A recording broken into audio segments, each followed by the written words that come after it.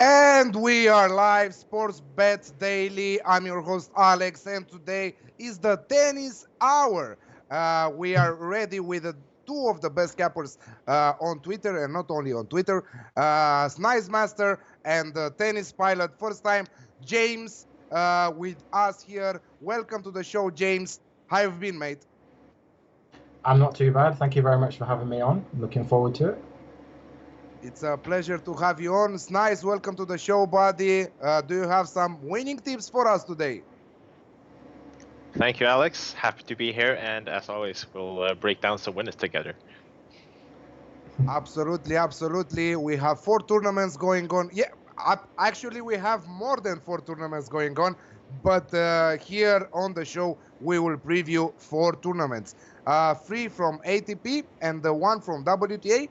And we are starting with the most important one, in my opinion. One of the tournaments that till some time ago it was a Masters, Hamburg. Unfortunately, now is a 500 tournament, and but I think that still plenty of players, plenty of good players are gathering here to fight for the trophy. And as always, we will talk about the outright bets. We are in the middle of the tournament, but also we will talk about match betting tips for tomorrow, for today, whatever you guys have. Let's talk a little bit about the outrights right now. We have Dominic Thiam, huge favorite at 2.5. He's playing Andrei Rublev tomorrow, and he's huge favorite in that match. But let's talk about who is going to win this trophy. And because we have him first on the show, but not last time, so he will be here with us week in and week out. James, aka Tennis Pilot, on Twitter. Please, what do you have for this outright bets tournament from ATP Hamburg? So today was not ideal for us. We had Del Bonis outright, and he managed to lose in straight sets against Zverev, despite having exactly the same amount of chances and actually led by a break in the second set. But I think as a tournament as a whole, it looks pretty open at the bottom half, but I think Thiam's probably going to take the top half. From what I've seen of him this week, anyway, it looks like he's taking this fairly seriously. This is generally his bread and butter, the sort of lower level clay events. He has a very good record, especially when he's the favorite in these events. So from my perspective in the top half, I think it's a lot harder to find the value there. Fognini's probably the big question mark there because, of course, he was injured last week. If he's able to come out this week and be very, very solid, then he's just beaten Molker. It looks like he's probably playing relatively well. And if he's able to play well this week, then he will obviously always be a threat. He can always beat someone like Thiem, especially because he can take time away from him. He can play very aggressively, quite high up in the court. But I think the top half is hard. I think that's difficult to find the value in. The bottom half, I think, is clearer because that's where we've got Alex, who, despite coming through both his matches in straight sets this week, I think hasn't looked his best at all. He's been good to bet against all year, and I think he's looked kind of exactly the same as he did earlier in the year. For me, I would probably have to say in that half, let me just have a quick look at where the actual odds are sitting, because we're in play at the minute, so we don't really have many of them. It's difficult because I think in that half that in the bottom half, most of the obvious value picks have kind of already lost, to be honest. So you've kind of maybe saved yourself some money this week from going for that. Shardy and Basil, again, someone like Basilashvili always has a very good chance of going deep in a tournament if he plays well, but he's a very hit and miss player. So that might be a pick from my side in that I think he's played pretty well this week so far. He beat Delian in straight sets, and he beat Londero, who was last week's finalist in Gstaad. He beat him in 3 sets, and I think he's played a pretty high level of tennis. Shardy is not someone I would expect Basil to beat, and that's his next round opponent. But I think if he does beat him, then he's probably got a very reasonable chance against the winner of Zverev or Krajinovic, who we would expect to be Zverev. But again, on current form, you might want to chance Krajinovic there. I think basically opposing Zverev in some way in that lower half makes a lot of sense. So you're saying Basilashvili at 13 is a dark horse, and if he beats his opponent tomorrow, Jeremy Chardy, he has huge chances to go all the way here. This is what you're saying? I would say, so the first thing is the 13 you're quoting, I assume, is from Betfred. The problem is right now we don't have the full outright market because it's in play.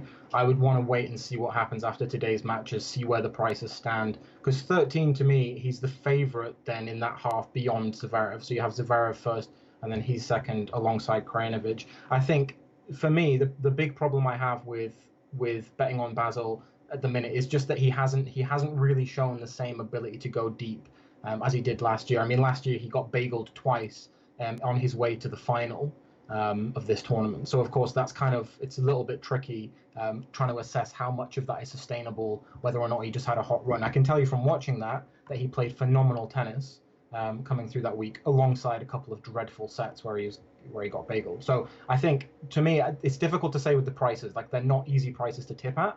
That's why I say I think earlier in the week it was a lot easier. Taking a chance opposing Zverev seems like it's always a good shout this year. Whereas now it's a little bit difficult. Zverev's made his way through a couple of rounds.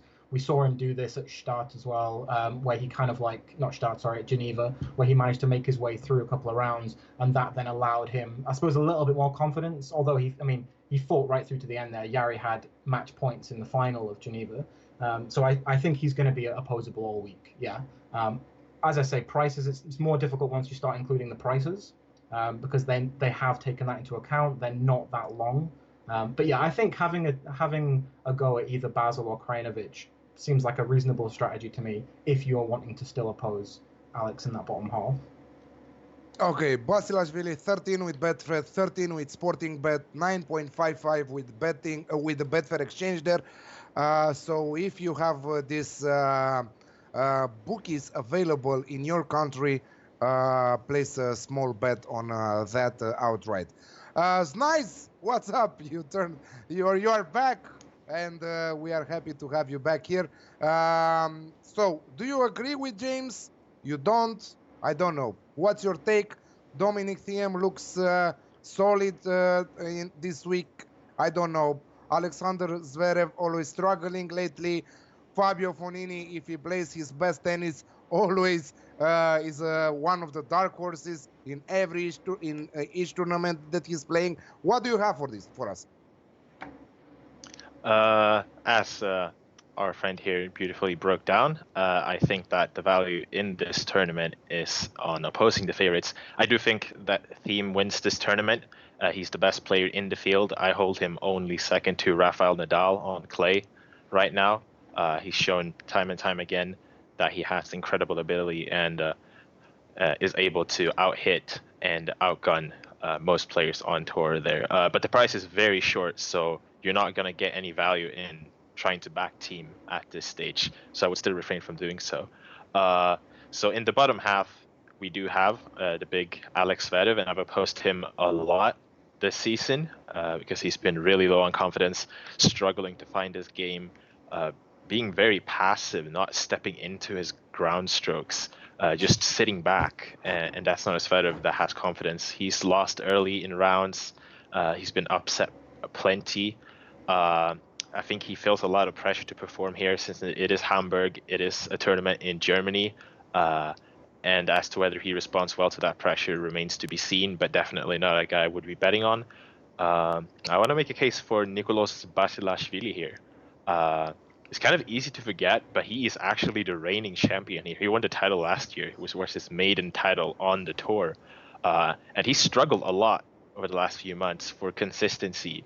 But when the Jordan is hot, he is redlining his game. He's painting the lines. He can hit through anyone. And we've seen glimpses of that in this tournament here. He's racked up a ton of winners in his first two matches here. And I was really impressed with what I saw in segments there versus Londero in the last round. So I think right now he's in a great patch of form. And if it was anyone I would go with here, it would be Basilashvili to repeat. Yeah, I really like his outfit, hydrogen there with the skull. I really love that thing. So if you guys are going to take him, I like the skull. So let's take at 13 Basilashvili with Betfred and Sporting Better. Let's talk about a little bit some matches here. Obviously, tomorrow we have 3 matches going on in Hamburg. Chardy versus Basilashvili, Krajinovic versus Zverev, and Dominic Thiam versus Rublev. Rublev, I don't know, unexpected in my opinion. He won against Ruud in the last round, coming back from 1 set down. He was the underdog there. He is the underdog also in this match. Obviously, more of the underdog because he's priced at 6.1 with Unibet. Uh, is this an Asian handicap that we can take on him? Let's say plus 4.5 on the Asian handicap in terms of games at 2.07, James. And do you have also some other plays for the other 2 matches? Okay, so this is the kind of matchup where the price feels a bit long. You know, at least to some extent, I feel like if not a lot has to go wrong for Team or very right for Rublev for it to look like a long price. But when you look at the stats, I don't have them right in front of me. I can get them if we want them. But the thing about Team when he's this short against a player like Rublev, he does tend to basically be too difficult to hit through and too solid. He's not really going to be in a position where his game is being threatened too much. I feel like with Team, generally the players that threaten him either have to catch him on a bad day, which is again, it's often obvious early in a tournament, or it's often the grass season or some time of year like that. So I suppose long story short, the basic point for me would be I would probably not be taking games handicaps here. I mean, I don't know. I don't have an issue with that in the sense that I probably wouldn't expect him to be losing much worse than 4-4 if he plays the way he did the rest of the week. But I thought he was quite lucky. I agree with you. I thought he was quite lucky to beat Ruud, at least in the sense that I thought Ruud was, and he does this a lot as a player. He's someone I was quite excited about when he first came around, but he does seem to lack confidence quite a lot. He seems to lose kind of like his rhythm through a match, and he probably should have won that match. So I wouldn't expect Rublev to be winning that. I think his game style does not suit slow clay very well. He's not defensive enough. He's not good enough on the defense. His movement's not quite good enough for me. He can hit through the courts when he has this time. He's the kind of player that can do that. But I think Team's just a lot better at it. Team's not going to have anything taking time away from him. He's not going to have anything making it too tricky for him, or at least I wouldn't expect that. So it's probably a match I'd stay away from. I think of the other 2 matches, the thing about the Basil-Shardy matches, there are not many players that I like betting on at those kind of prices, around evens. And certainly 2 players as temperamental as Shardy and Basilashvili, not really for me. I'd be happier taking Basil on the outright and then kind of letting that match ride on the basis that I think Shardy is generally not a player who's going to be going deep in clay tournaments. Certainly, I would not be expecting him to be winning clay tournaments. So I think it's opposing him outright makes some sense. As I sort of alluded to earlier, I think Krajinovic probably has at least some chances against Zverev. He's probably not the player I would have picked to oppose him with. I kind of prefer Delbonis personally, hence why I backed him outright. But Krajinovic is the kind of player who will make Zverev. He's smart enough and he's got a well-rounded enough game that he will force Zverev to play a bit more aggressively, or at least he'll force Zverev to serve very well, something like that. He's not going to just go down easily, I don't think. He's going to make him think about the game. He's going to make him think about how he's playing and why he's playing like that, because Zverev's definitely got away with playing a little bit. He's just been very passive this week, as he has been virtually the whole year, and that's not going to cut it against once you start getting to top 50 players who can be more aggressive, they have more variation. That's going to be hard. So for me, probably the best bet tomorrow would be to back Krajinovic to do something. I often like something like 3 sets in matches where I feel like it's going to be quite hot and cold. So that would be a reasonable bet. Or just taking Krajinovic outright. Again, I'm not that keen on the prices. He kind of caught me on a bad day in that there's not a hell of a lot of prices that are immediately standing out to me for tomorrow or for the outrights. I feel like the value is probably earlier in the week. But if I had to pick one from those 3, I think it would be Krajinovic to do something, probably just to win, to be honest. Okay, money line on Krajinovic there against Alexander Zverev. It's nice, Jeremy Chardy with a great couple of weeks here. Went 3 rounds in Gstaad in last week in your country, in Sweden. After that, he wins against Benoit Paire. He beats Gasquet 2-0 without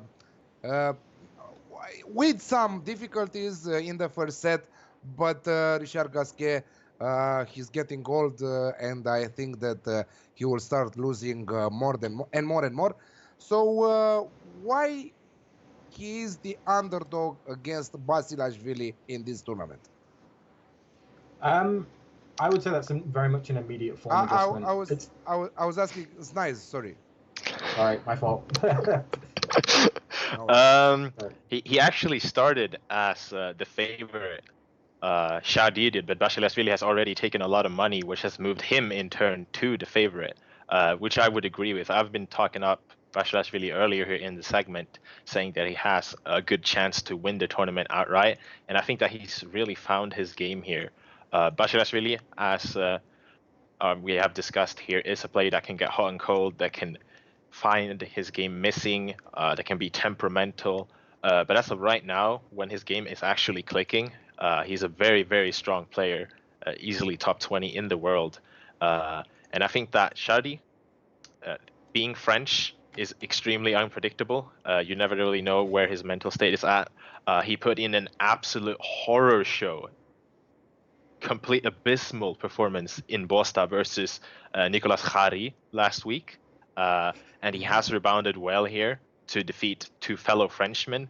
But then again, I don't really think he should have won that match versus Paire. I think that Paire played better for segments of that match, and I was surprised for Chardy to see it through. Gasquet has been battling a hernia injury. He had surgery earlier in the year. Isn't really match fit yet, so still a ways from his best tennis. So I wouldn't rate those 2 wins incredibly highly. So I think the prices are about right here. But I have conviction that Basilashvili right now is the better player in the form that he is in. So I've gone ahead and played him on the money line here at 180. So everyone on Basilashvili. Do you have anything for the other 2 matches? Krajinovic versus Zverev. James said that Krajinovic has a chance of beating Zverev, and Dominic Thiam versus Rublev. A tough match to predict there. I would have to agree with James there on Krajinovic. Obviously, we don't have any prices right now, but Krajinovic to do something is a great bet. I'll probably be on him on either the games handicap or the money line. 3.2. We have 3.05 3.05 on Krajinovic. Yeah, 3.2. That's a very good price. 3.23 with I think I'm gonna have to. I mean, I think. Yeah. Sorry, go on. Yeah, so that's a very good price. I think I'm gonna have to buy on the money line then. I think his chances are way larger than those odds would suggest to take down Zverev. So definitely Krajinovic booked that. And I've also got another play for Rublev Thiem. I can't say I've been really impressed with Rublev's play on clay prior to this week, but the Russian has been playing very well indeed to overcome 2 tricky opponents in a row here in Christian Garin, a breakthrough start of the season, and Casper Ruud. After winning a clay title in Umag in 2017, and he also reached the next gen finals the same year, Rublev has gone off a bit. He's been plagued by inconsistency and injuries, but he seems to be back to playing better tennis now. Thiem has been playing really solid tennis in Hamburg, coming back from that traditional struggle on grass. I would say he really doesn't do well there. So he lost in the first round of Wimbledon. But as I said earlier, he's definitely second best player behind only Nadal on clay. But I do think that he will be challenged here. Rublev has the firepower to hit through Domi's defenses. And if he's playing as he has early in this week, I think it'll be tough. They actually played last year on similarly slow clay courts in Monte Carlo Masters. And that was a 7-5, 5-7, 5-7 loss for Rublev. So I can definitely think that he'll challenge Thiem here. So I went ahead and played the over. I think that is a little low, 20.5 games. I think we see close sets here with Thiem ultimately prevailing. And I got, well, sorry, Great tips 1.87 for that over. From Hamburg, two great minds here. Going further in Switzerland, Swiss Open Gstaad, favorite Roberto Bautista Agut 3.75, followed by Dusan Lajovic 6.5, Fernando Verdasco 7, Albert Ramos Vinolas at 7, and so on. Roberto Bautista Agut is having the time of his life right now. I loved him lately. I love him as a player in general. Yes, he lost against Djokovic at Wimbledon, but he did it in style, if I can say that. I don't know. I think that it was one of the best matches. Anyway, me in general, when I see a player fighting for every ball like Bautista Agut is doing in his good days, I will always watch him because I love doing that. So, James, do you think that Lajovic or someone else can put problems to Roberto Bautista Agut in this tournament? Yeah, the price is not high, just free with Betfred, 3.75 with the Sporting Bet, 2.75 with 888 Sport, and 2.75 with Unibet for RBA to win the tournament. Yeah, so this was a tournament that I didn't go too aggressive on with the outrights because I kind of agree with you. I think Roberto's in quite a good place. It seems like he's in quite a good place mentally. We actually backed him outright at Wimbledon for the quarter, so that was nice. And of course, he then lost to Djokovic. But as you say, very stylish match. He's a very kind of like, he's a hard-working player who also seems to have found his next level. So he's able to, in these big matches, really push players, especially Novak. Novak seems to be the one that he likes to play the most. He's really able to push them in the corners of the court with these aggressive shots. And I think this week he's literally just come through a tough three-setter with Munar, and I haven't been able to see that one. But my assumption would be that was probably a pretty good fight from both. That will probably help him to play better through the week. Obviously, you have to adjust to the altitude, you have to adjust to the conditions, playing on clay for the first time since Wimbledon. So yeah, I wasn't as keen in this tournament at all on the underdogs. I think when it comes to the top half with Roberto, I wouldn't really want to be getting involved too much. I think you can, in the sense that whenever a player is as short as 3, I'm not likely to have an issue with opposing them in some form if you have a good underdog to choose. But for me, no one stood out really, and it's been a bit of a messy tournament so far. So if I'm just looking at it here, you had Steber, who came through against Mute and Vesely, and then you had Fabiano, who came through against Sonego. So I would not have picked that as a quarterfinal. So I'm kind of glad I stayed clear there. I think for now, someone like Sousa was someone I considered against Bautista, because I think Sousa, he likes altitude. He generally is going to be a player he's going to benefit from the quicker conditions against Roberto. Because if anything, if he's going to beat Roberto, it's probably going to be by going for that bit more, pushing him more and more. But yeah, for me, I didn't really have much interest in that top half. I think the bottom half was probably where you were going to find some kind of more obvious value. Lajovic, I was happy to oppose given his run last week, but he seems to have played all right, although he did very much almost give up the ball against Istomin today when he was broken serving when he served for the match. But he was fine in the end. He came through that one.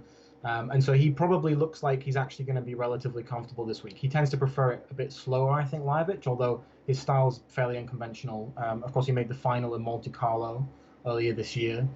So you'd probably say that slower conditions suit him. Andujar is usually a player that I'm quite happy to bet on again at the bigger prices. He's someone who's shown a couple of times, for example, in Marrakesh, that he can go deep in tournaments, especially tournaments at altitude. He's got a very similar style to someone like Roberto, in the sense that it's quite flat, very solid. Generally, his game is based on, I suppose, neutralizing the opponents, but he has quite a good next level when he wants to, where he can go for a bit more, hit the ball a bit sharper, take the lines, take a bit more chances. So if I was going to pick one player in that bottom part, probably would go for him and just have a hope that he has a very good week and plays very well. Because I think we have to assume that Lajovic is going to be relatively opposable, just after having played so much tennis the past week and a half. But yeah, I think Verdasco at the very bottom, he's already knocked out. He lost to Ramos, and I think he was probably the obvious one to oppose in that quarter, but very, very hard to pick who you'd oppose him with. It's nice you tend to love the underdogs as outrights. You did it also in Wimbledon. You did it also in Roland Garros a couple of times with success. But it's important because your odds were huge, and we could cash out in the middle of the tournament. Do you have anyone you are thinking to bet on right now with these odds that the bookies are offering today? I think James broke down the tournament beautifully here again. This tournament is very good. Very important to note that this tournament is played at altitude, meaning it's one of the faster clay court tournaments on the tour, which usually benefits people that hit flat ground strokes, that have a good serve on them. And we've seen that to some extent with Roberto Bautista Agut, who actually doesn't prefer clay, one of the few Spaniards who performs better on hard court and fast services than he does on clay. And he's flourished here.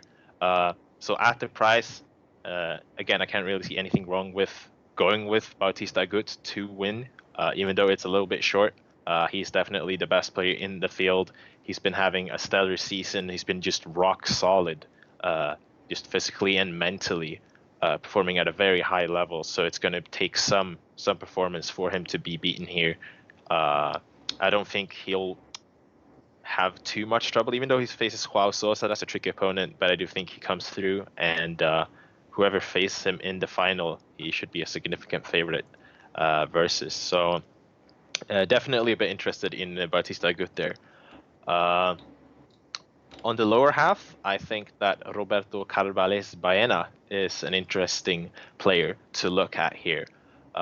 One of the more traditional Spaniards who's played a ton of matches on grass. He's played 602 matches on the dirt, winning 63.2% of all of his matches. His game is based around baseline grinding, and he has really no outstanding weapons. But it's very difficult to break him down and penetrate his defenses. And so he's had a lot of success. I think that he'll emerge victorious in his match versus Ramos Vino Lacer, which we'll get into later. And he has a very good chance of making the final.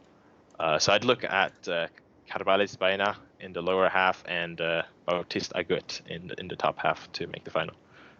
Well, it's interesting, This is what because Carvalles Baena is a very, very similar player to both Bautista and Sousa. Mm-hmm. I mean, they all have very flat styles, like, as you say, very, very solid defensively, but also quite able to hit through the ball, enjoy the pace. But yeah, sorry, Alex.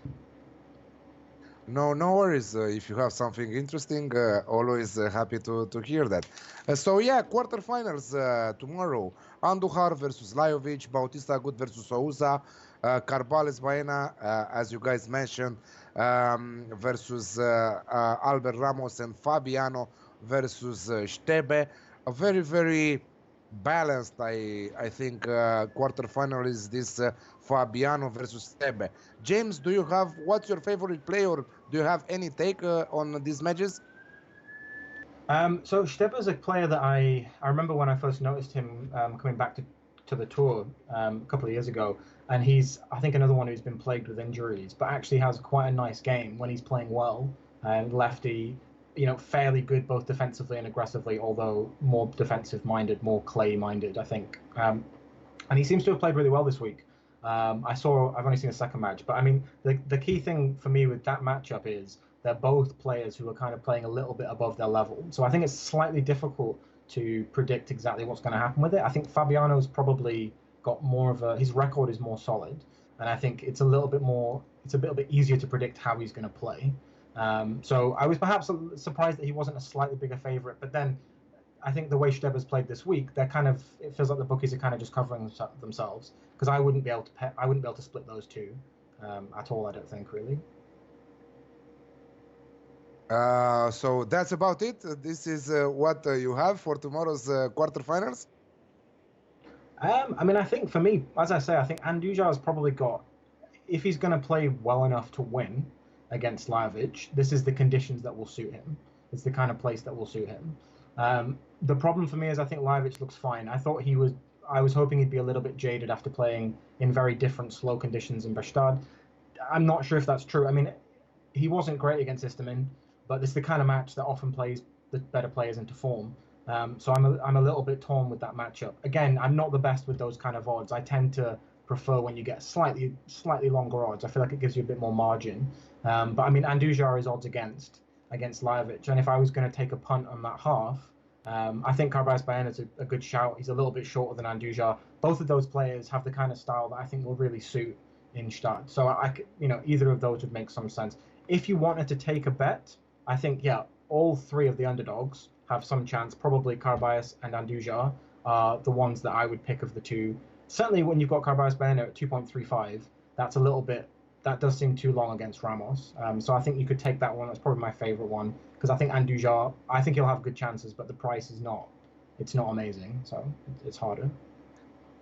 Lajovic coming after winning the title in Croatia at Umag. He had a great tournament. Andujar on the other side lost in the first round. Lost in the first round in Wimbledon. Lost in the first round, in the second round in France, at Lyon there. So this is, let's say, a bounce back after three losses. 3 defeats in a row here. Third round in Switzerland against Lajovic. If you ask me, I would go with the favorite here at 1.74. It's nice. What do you have for the quarterfinals? Here we are at the quarterfinals. I've alluded to a bit what I'll be looking at here. So I think that, just to start us off here, my favorite bet of all of these matches is Roberto Carballes Baena. He's mostly been playing his trade on the Challenger Tour Red Dirt this year, but he's won 2 titles, and he also reached an ATP Barcelona quarterfinal, which Team won, by the way. As with many Spaniards, he plays almost exclusively on clay, and I mentioned earlier his impressive record on the dirt. The same goes for his opponent, Albert Ramos Vinolas, typical Spaniard in that sense, plays a lot of clay tennis, very solid defensively. But as opposed to Carballes Baena, he doesn't really have the offensive weapons to get aggressive, especially on the backhand side, to step into the court and put pressure on his opponent. He's more happy to sit back and coax errors out of his opponent.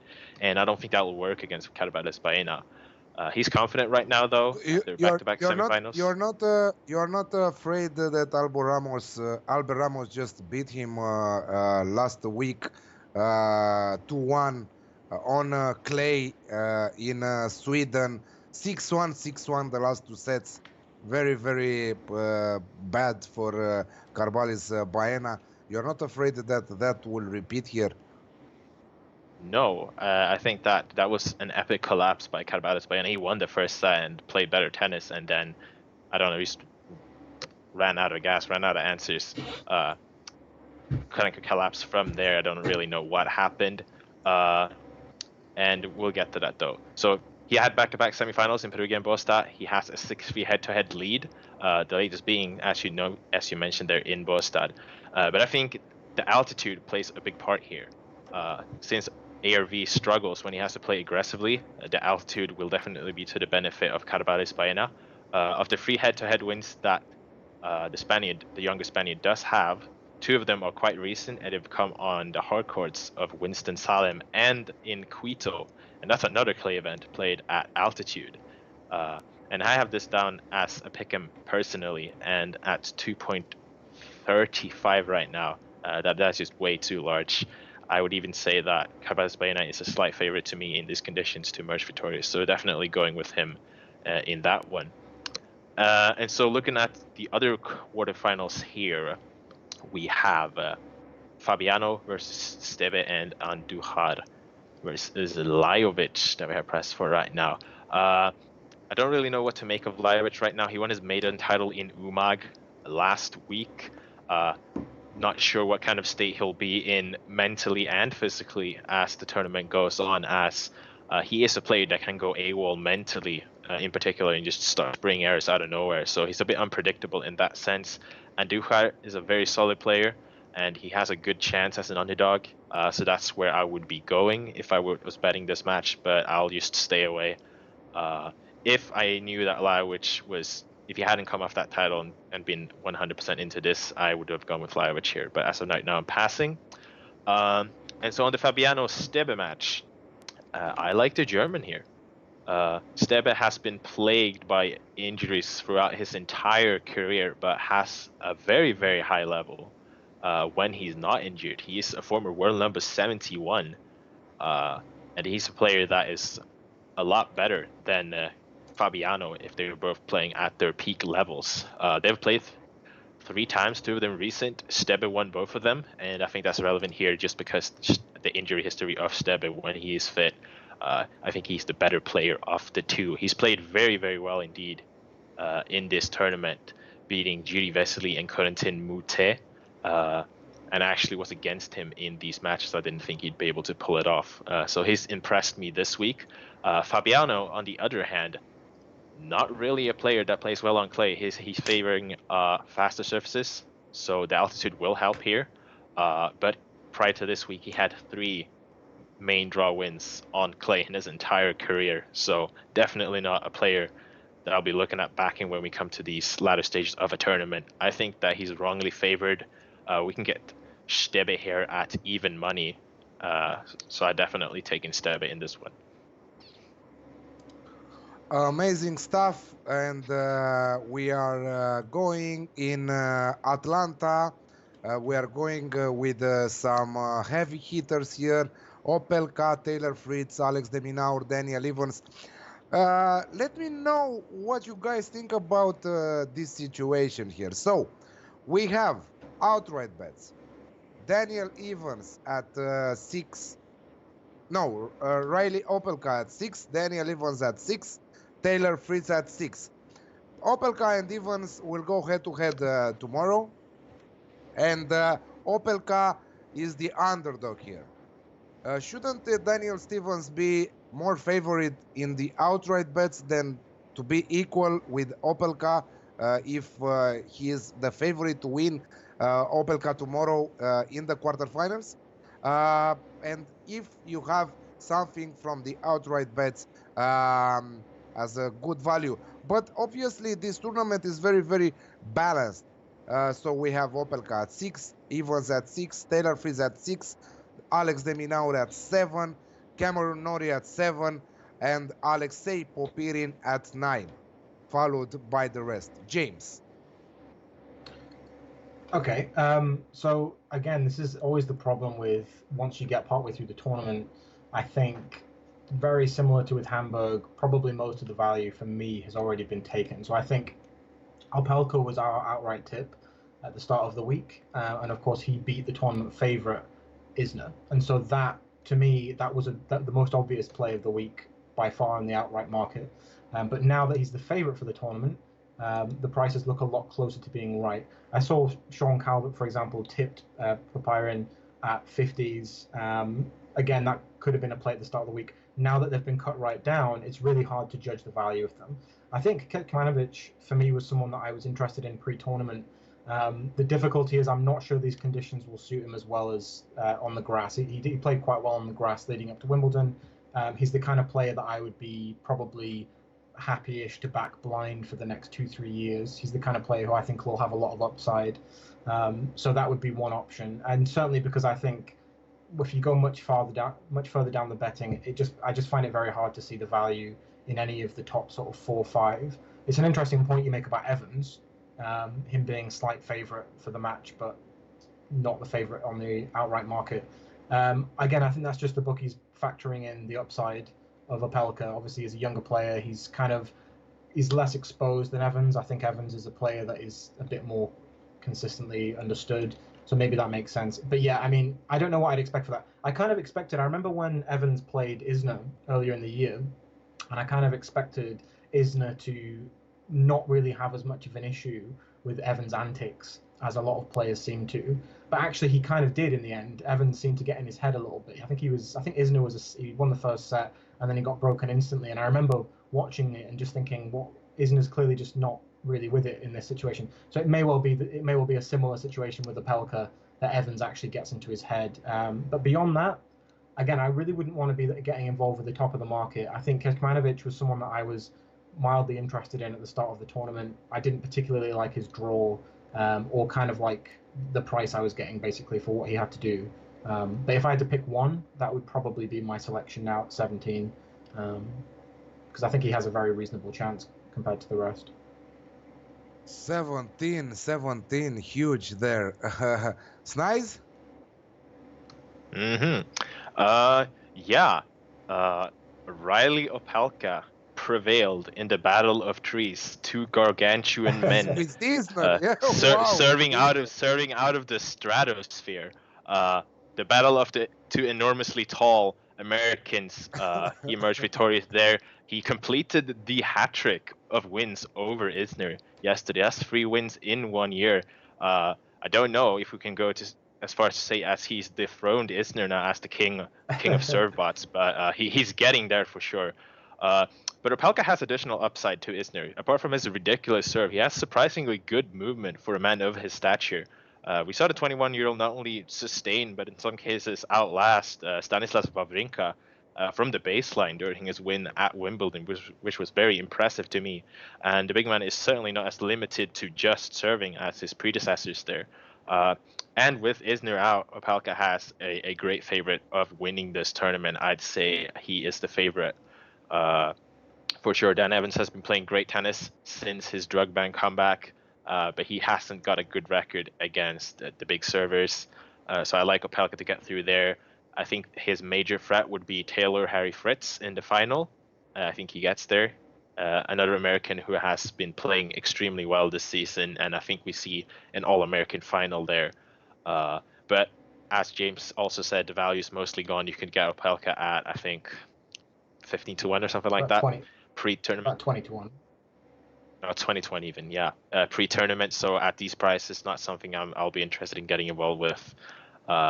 But I definitely think that Opelka is the man to look out for when it comes to the outrights, if you fancy a tickle there now. Yeah, starting August, we will preview all our tennis tournaments from Monday, so better chances to play the outright bets, better chances to have more value from the players like Opelka, who was priced at 20-1 and now is at 6-1. So yeah, I think that that is a good strategy to film, to have this video from Monday. But in terms of betting on the matches, on the single matches here, we have 2 matches in a few hours: King versus Taylor Fritz. Taylor Fritz, their huge favorite against number 405 ATP King. We have Humbert versus Kekmanovic from Serbia there, also in a few hours after the Taylor Fritz match, with Kekmanovic at 1.84 and Humbert at 1.96. Humbert, I don't know, he impressed me in Wimbledon, also in doubles, also against Novak Djokovic. He played very good. What do you think? James? Does he have any chances against the Serbian player? Yeah, I mean, I think this was why I was put off with either of them outright, especially Kekmanovic was the one that I mainly considered, was because I sort of felt like the draw was just giving me a lot of coin flips that I would have to call, and I just don't know. I mean, I would say of the two of them, I would say Kekmanovic is probably less suited to these high bouncing courts. I think Humbert is a tall lefty whose game, possibly one of his weaker elements is his movement. I mean, I don't know, he's a very well-rounded player, but he's very tall. He's a lefty. He's going to like these high bouncing courts. It's going to give him a lot of time to whip that onto the Kekmanovic's backhand and try and just pull him out wide and create space. So, I mean, I think but I think it will be very even. I think for me, I would perhaps say that Kekmanovic has a bit more upside, so that's why I went for him outright, and he's a bigger price outright now, despite being even money, which doesn't make a lot of sense to me.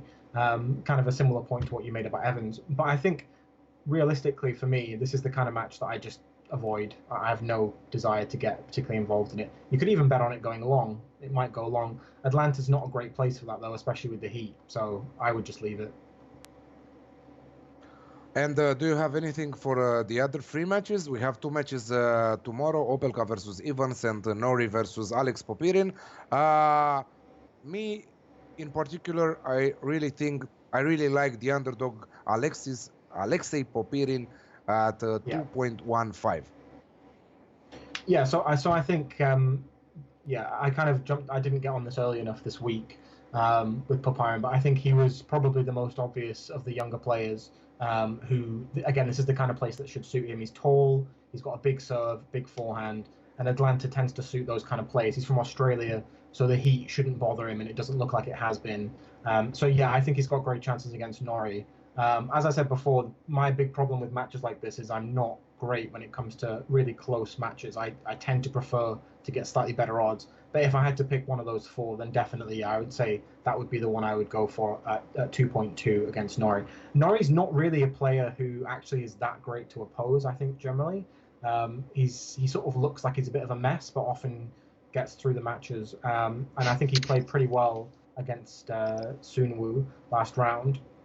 So, I think this is the kind of matchup where it very much could go either way. But if I had to take one of them, I would definitely say the values with the Aussie there. It's nice. Do you have the same opinion about Popirin there? No, I do not. I think that the odds are certainly pretty decent. But I went ahead last night and played Cameron Norrie. I think he's playing very well indeed, and he got past both Jordan Thompson. Though in a match that both players played pretty poorly, I have to say. But he got through Thompson, who I fancied to go far this tournament. He got past the dangerous Kwon, and the lefty Brit is definitely capable of causing major damage in this tournament when he's gaining confidence.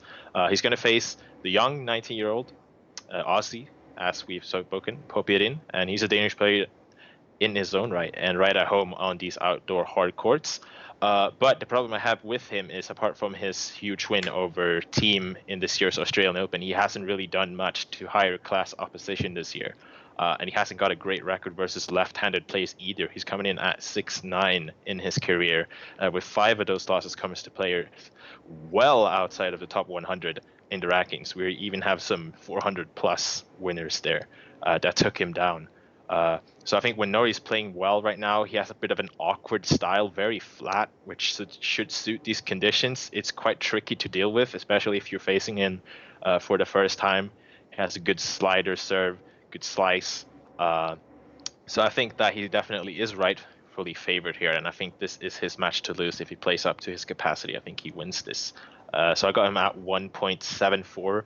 Last night, the market has moved a bit against me there, but I'm still holding on, standing strong with Norrie there in that match.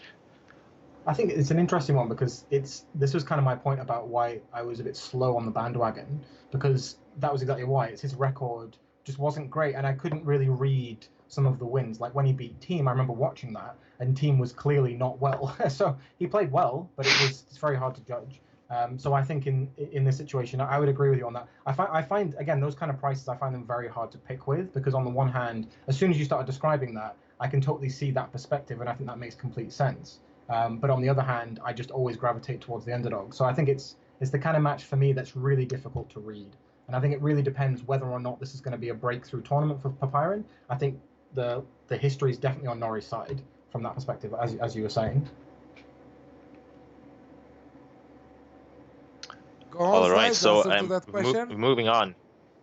I still have another bet for the quarterfinals here. As I talked about earlier, I really like Riley Opelka here. Dan Evans doesn't have a great record against big servers. I kind of broke down this when we talked about the outrights. But anyways, I'm on Opelka here. I got him at even money. And I definitely think he wins here versus Evans. Okay, great stuff from there. From the free ATP, before we go to the WTA Palermo here in Italy, there in Italy, do you have a favorite bet that you want to take and you want to share with our viewers, James?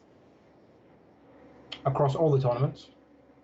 Or across the three of them, the ones that we discussed, the Hamburg one, Atlanta, and Gstaad.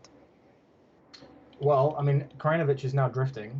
I mean, if you can get anything close to 3.5 on Krajinovic, I think that's a very good bet. He's 3.4 currently. I would have probably had that closer to 2.5, maybe 3 at a push. So that would be, I think, my pick from those. I also like Opelka. My issue with Opelka is I don't tend to do that well when I oppose Evans in general. As I said to you with Isner, I very much expected this big hitting, big serving style to sort of neutralize a lot of Evans' mess, because he's just a very annoying player to play against. But against Isner, that seemed to be the case initially, and then Isner seemed to let him in his head a little bit. So I'd be a little bit worried about that. But I think that I would definitely expect Opelka, the way he's been serving this week, to be a very difficult player to get past. Very, very difficult. So, but yeah, I think Krajinovic would be my pick if I had to pick one.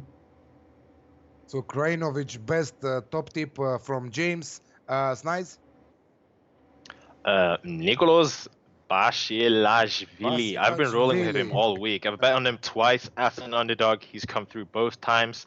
I wasn't quite quick enough to get him as an underdog this time, but definitely rolling with him again versus Jeremy Chardy. Okay, and we are done with the ATP Tour, and we are going in Italy, Palermo Ladies Open. Kiki Bertens favorite at even money there, and the rest of the field there. Snides, I will start with you here. Do you have any favorites on this tournament? Kiki Bertens, I don't think that right now we should even bother to bet her at even money here because she's been very, very inconsistent, and I really don't like that because I like her as a player, but sometimes she's very disappointing and she's very, very inconsistent. Do you think that she can do it? Do you have another favorite in this one? What do you have? As you said there, this is a tournament based on the field and the players that are competing. This is a tournament that Bertens should win without too much trouble. But then again, this is Bertens. She is very inconsistent. I still have not forgiven her for Hertogenbosch in her home country. 5 match points versus Alison Risk. Complete capitulation. Unbelievable. She was, I think, 1.00005. She had a 99.9% expected win probability based on the bookies' odds in that match, and she lost it. So it'll take quite some convincing for me to ever bet an outright on her again after seeing that meltdown. That is just disgusting. But anyways, a play that I've been keeping my eye on here in Palermo is Paula Badosa Gibert. She's been playing really, really well, and I like her game. Young Spaniard, plenty of upside to her. And I think that let me just check the quarters here. Yeah, definitely. She's in that top half there, and I like her to go far. I don't know what the prices are, but any outright there would be on Badosa Gibert. I think that she's the woman to look out for. 17 with a Betfred right now, her price, and yeah, she looks interesting. And she doesn't have a very, very tough opponent in the quarterfinals. She's playing Ras from the Netherlands, but after that she might play Bertens or Begu or Krunic, which all three of them are very, very tough for Bardosa right now. So I don't know if I would, but as a price at 17, yeah, it looks very interesting. Do you have something for us, James? I know that you love the ATP more than the WTA, but it will be interesting to see you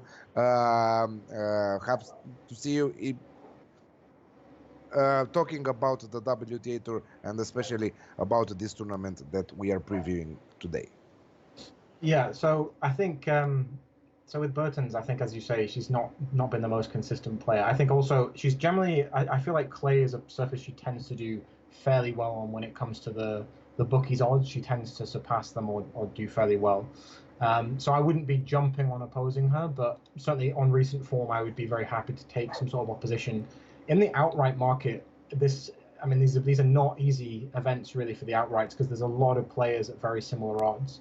And so you're kind of taking a punt on one of them based on something that you think is important. I think for me, I don't know these players very well at all. As you say, I'm very much men's tour focused. But I thought it was interesting that Ferrero was so short against Samsonova. Samsonova's just over 3 in that matchup. And I feel like she's been playing really well. I feel like she's been having a lot of kind of momentum go her way. So yeah, I kind of feel like that matchup is perhaps being priced a little bit stingily from her side. Maybe should have been closer to 2.5, 2.75, perhaps. I would have no idea on the outright market, I'm afraid. It seems very open to me. It seems like I probably would have had to be following this a lot closer. But I mean, if I think she's long against Ferro, then I feel like perhaps, what is she? Yeah, she's one of the longest odds outright. She's 20-1 with Betfred right now outright. So, maybe that would make some sense. But yeah, it's not really my tour. Fiona Ferro coming from a superb competition in Lausanne. Yeah. She won the final against Alizé Cornet. She's playing a superb tennis right now. And this is why the bookies have her at 1.4 right now, while Samsonova is priced at 3.1 with most 3.05, 3.0 with most bookies, so in that range there. But yes, Samsonova, an interesting player, but I really think that Fiona Ferro has what it takes right now at home in Palermo to beat Samsonova and have another deep tournament. But as you said, this is not your favorite way to go with the WTA Tour, but you must do that more and more because every week we will preview some WTA tournaments, of course, and the Masters are coming, also the US Open, the 1000s, the I don't know, many tournaments that we will preview both ATP and WTA Tour. It's nice. Do you have any favorite play? Do you like an underdog here? What are your favorite plays for this WTA Palermo? Just a quick note there, Fiona Ferro is French. She is not Italian. This is played in Italy, but WTA Palermo. So she's not playing at home. Yes. But I think I might oppose her. I haven't actually decided on that match because she is on her maiden WTA title, and I'm always a bit reserved when it comes to those cases. I'm expecting her because she was underdogged all the way through that tournament and played a lot of really tough matches, including a 3-setter in the finals. So I'm kind of half expecting her to run out of steam at the end of the week. It hasn't happened yet, but as of right now, I'm kind of off her. The match I have looked at, though, is between Annalena Friedsam and Gilles-Belen Teichmann. So in this match, we have a player in Annalena Friedsam. The road to recovery has been grueling for her. She hasn't played a full season since 2015. That's 4 years ago. She's been plagued by multiple shoulder injuries, multiple shoulder surgeries, and she's had to work very hard in order to actually get herself back on the main tour. And she's done pretty well. She's worked hard. She's came back towards the end of February there. She's mostly been playing tournaments close to home in Germany. But the former world number 45 is definitely looking pretty solid right now. She's played well in the WTA tournaments that she has attended. She's a real force on clay. She's won 64.5% of her matches on the red dirt. So yeah, facing her will be Gilles-Belen Teichmann. She's having a breakthrough year. She won her maiden WTA title earlier in Prague this year in Czechoslovakia. The 22-year-old lefty is the fearsome opponent, but she hasn't really done much since though, and that's always a problem with new players breaking through all the time, that it can be quite troublesome to follow it up after you go through a dream Cinderella story run, and then all of a sudden people are expecting things of you. And she's been upset regularly after this win tournament. She lost to Katie Swan in the Roland Garros qualifiers as a gargantuan favorite. I think she was 1.07 or something. Humongous upset anyways. Yeah, 1.09. She's been upset to Kalinina around one of Båstad. She lost to Korpatch in the Lausanne quarterfinals, again as a huge favorite. So yeah, I like the more experienced player to advance in this spot. At a near pick'em, I got Friedsam at 180, and I think she wins this match. Okay, beautiful, beautiful. We previewed 4 tournaments. We gave some interesting tips. So I think that most of them with great value. Again, we will be back next week for next week's tournaments. Thank you very much, James and Snice, for joining me on the show. You can follow James at Tennis Pilot on Twitter and Snice at Snice Master on Twitter. Also, they are delivering great plays every single day from tennis, because tennis is going on every single day of the year. It's a very good sport to make money, because you don't have any day without tennis, and most of them are important tournaments, and you can see many players playing and performing on those tournaments. Thank you once again for joining me, guys, and see you next week. And thank you guys for watching us back home, and see you next week with more valuable bets. Cheers. Thanks for having me. Thanks for having me. Bye.